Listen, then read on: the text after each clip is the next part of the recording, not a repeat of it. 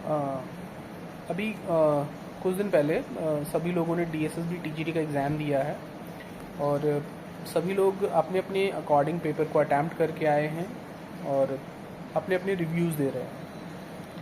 जैसे कि सिलेबस में भी मेंशन था कि पेपर जो है बहुत ज़्यादा मतलब कॉम्प्लेक्स होगा इस बार, क्योंकि सिलेबस पूरा का पूरा ग्रेजुएशन का जो दिल्ली यूनिवर्सिटी का सिलेबस है वो पूरा का पूरा उठा करके उन्होंने वहाँ पर कॉपी पेस्ट किया हुआ था। बट प्रीवियस ईयर का जो एक बेस था जिसे सब लोग लेकर के चल रहे थे कि भाई इस तरीके से हमारा पेपर आएगा या इस तरीके से हम देखेंगे, तो वो कम्प्लीटली एक तरीके से डिफरेंट था उस चीज़ से।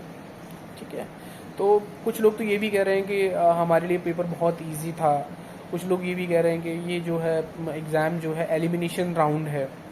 पर आप मैक्सिमम कैंडिडेट से अगर आप पूछ करके देखोगे तो फर्स्ट पेपर उनके लिए 65 टू 70 स्कोर करना बहुत इजी था। लेकिन सेकंड पेपर में अगर कोई बच्चा 40% मार्क्स लेकर के आ रहा है तो वो बहुत रेयर ऑफ द रेयर है, रेयरेस्ट है। क्योंकि ये जो एग्जामिनेशन था, अगर हम ये देखें कि टीजीटी किस चीज़ के लिए एलिजिबल है, कि 6 टू 10th ग्रेड को उसे पढ़ाना है, वहाँ एक भी पैसेज नहीं था, वहाँ पर एक भी आपका जिसे हम कह सकते हैं ग्रामर से रिलेटेड क्वेश्चन नहीं था। ऐसा लग रहा है कि जैसे आने वाले सालों में 6 से लेकर के 12th तक सिर्फ और सिर्फ लिटरेचर और थिंकर्स को इम्प्लीमेंट करेगा डीएसएसबी, और उसको रिकमेंडेशन भेजेगा सीबीएसई और एनसीईआरटी को कि अब जो टीचर्स आएंगे वो सबके सब वेल वर्स्ड होने चाहिए लिटरेचर पोर्शन में।